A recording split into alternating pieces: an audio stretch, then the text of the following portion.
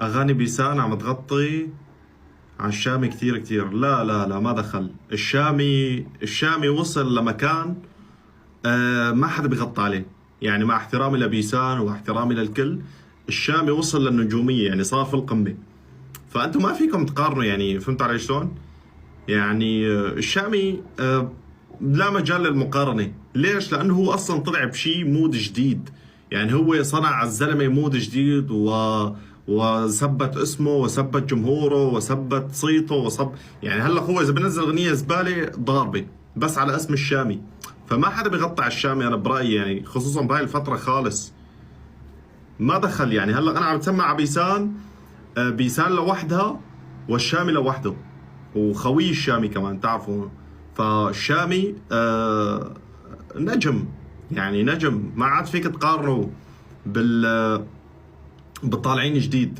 هلا ما فينا كمان ننكر انه بيسان طالعه جديد قوية هي، بس بمجال الفن طالعه جديد، يعني لسه بس طالعه جديد.